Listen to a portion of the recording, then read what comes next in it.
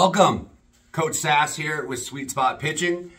So glad you could be here today. If you've been following along, working through the process, this is one of my favorite days in the ABCDE model that I created for pitching. A is obviously the approach that we talked about. Just a good starting position, right? Start right, stay right. Super important. But the B is the balance, right? And this is literally the most important phase of any pitch that you can deliver. And I'll tell you why, right? Remember when I was telling you guys about Bobby and the fact that, you know, I got in trouble because he couldn't throw, right? Therefore, he couldn't pitch. So if you can't throw, you can't pitch. I'm going to tell you this. If you don't have a consistent balance point, you can't pitch. You can't pitch effectively, I should say. You can run out there, but it's not going to go well. Because what I need to do, pitching is about making these small, minute adjustments, pitch to pitch, right? That's what we're doing. We're adjusting all the time, trying to find that zone, trying to find our proper technique. But I have to have consistency in my balance point, right? So the thing about the balance point, and I'm going to give you guys some homework to work on, is that we've got to get to a point where I can consistently get to where I want to go without the rest of my body moving. So for me, when I come set, right, we talked about approach, nose over toes, nice easy prayer position. That balance point is going to be something that I get to. Now, here's the thing. I've been to hundreds of tournaments, hundreds, and I've never seen a trophy given out for highest balance point, right? I've got so many students that want to get all the way up here. For what?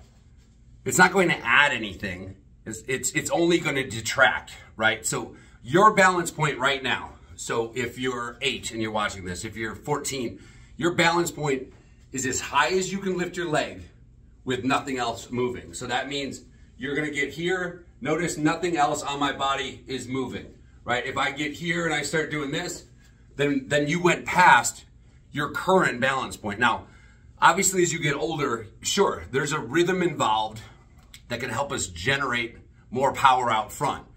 But right now, what we need to do is establish what your balance point is today. And how you're going to do that is you either have, you know, your coach, your dad, get in the mirror, whatever you need to do to find out. And notice that my hands are not moving from here, right?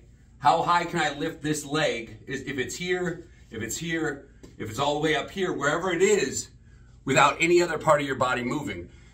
And you say, Coach Sass, why is that so important? Well, it should be evident, but I will state it anyways. Like, if one time I'm here and I throw it and it's a perfect strike, and then next time I'm kind of here and I throw it and it winds up in the stands, like, where did I go wrong?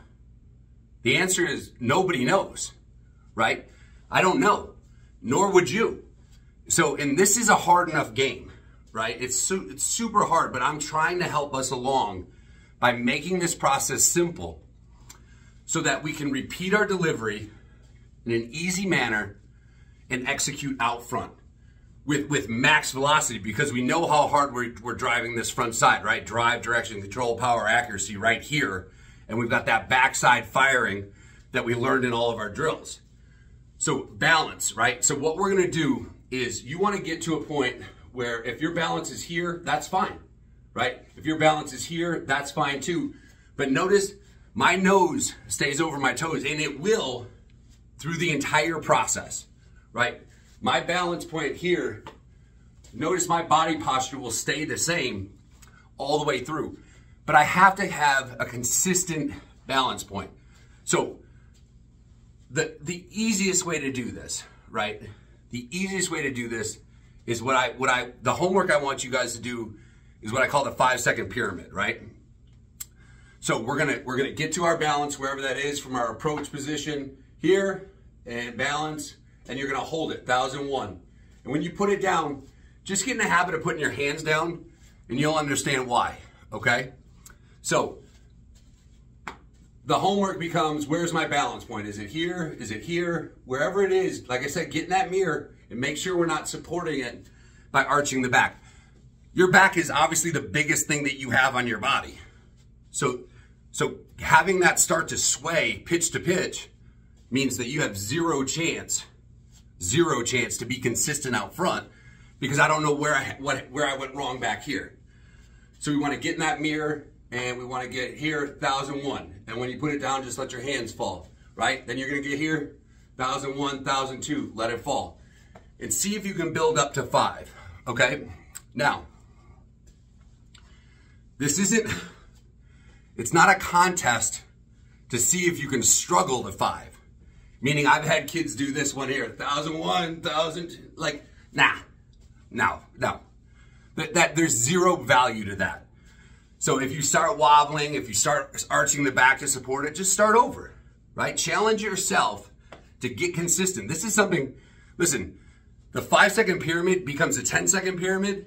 I mean, this is something you guys, if you want to really be good at pitching, this is something we're going to have to do day in, day out, right? You put that on your registry of, you know what, this morning, sometime after school, you know, after my homework, I've got to get my 5-second pyramid in. I got to work, right? Because if you want to be consistent, we need to know where that balance point is, and we have to get there consistently. And you'll see why as we move through this chain. But this is the most vital step right here. The rest of it, right, the C, D, E that we'll get to, there can be breakdown and we can still be successful out front. We can still kind of muscle our way there. But if I don't have consistent balance, I've got zero shot. So one thing I want to talk to you guys about when it comes to your balance point, right? So my favorite analysis for this, or analogy, is like, I love in the Olympics, I love watching the gymnastics, men, women, doesn't matter. I think they're incredible. I actually, when I was doing my therapy, I was actually in a rehab facility with 3 Olympic athletes, Nastia Lufkin and Dominika, and it was incredible. And I would see what they would go through, but what I loved about what they did, and what I love to compare this to, is after they do these routines, these flips, these crazy stunts, they do what? If you've ever seen it, it's called, they stick it, right? They stick that landing.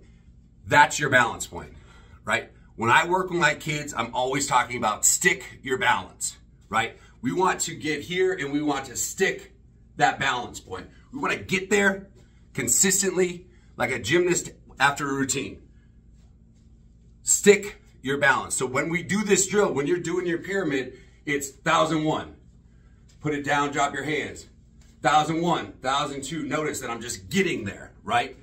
We're not struggling, we're not kind of wavering all the way. No. Get to the point where you can just stick that balance, because as you get older, especially because we're working out of the stretch, yeah, we're gonna vary that up a little bit. But right now, we're trying to create that consistency so that we know where we're going out front, okay? So 5-second pyramid, 1,001, put it down, drop your hands, right? Stick that balance, 1,001, 1,002, down with there, okay? One thing I want to point out, actually 2 things that happened, is I had 2 students, great kids, and they taught me so much about how to teach this moving forward because of the errors that they made. And I'll give you an example. The one kid was doing this. 1,001, and he put it down. 1,001, 1,002, and he put it down. And he came back the next session. He said, "Coach, watch this. 1,001, 1,000," and he held that thing for 10 seconds. What's the problem? I'm not looking home. My head, as you know, is key and vital to everything I do, because my body will follow my head. So I felt terrible for him because he's staring here, but as you ask him to look here, now all of a sudden his balance is off. So once again, one of the best ways to do this, while you're watching TV, right? Instead of sitting on the couch like a lump, grab your glove. See if you can get to your 5 seconds, right? Now I'm watching TV, I'm in my approach position, 1,001, I drop my hands and go. Now, I learned that the hard way when I say I drop my hands, because I had another student that came and he would nail it and then he would go down. Well, the problem is, as you'll find out, A little sneak preview here, spoiler alert. The C that we're gonna talk about next is for connection, right? So we're talking about connection, upper body, lower body connection. So when my leg goes down, my hands go down. I will put up a video, it'll be very short, about the C and about some key points to the connection phase, but get in a habit of being 1001, 1002, and just drop your hands with that, okay? So balance, stick it, right? Find your balance point, right? There's no award for seeing how high you can go and letting that back up. As soon as this happens, what have I told you? Your body follows your head, right? So if my head is back here, I'm done. I'm already offline, I'm out of that pitch. But this is vital. If you want to say, Sass, I want to pitch, and I want to pitch well, I'm going to tell you, give me a balance point. Stick a balance point that you can do 9 out of 10 times. And whatever it is, because I will show you that it doesn't matter whether it's here or whether it's here.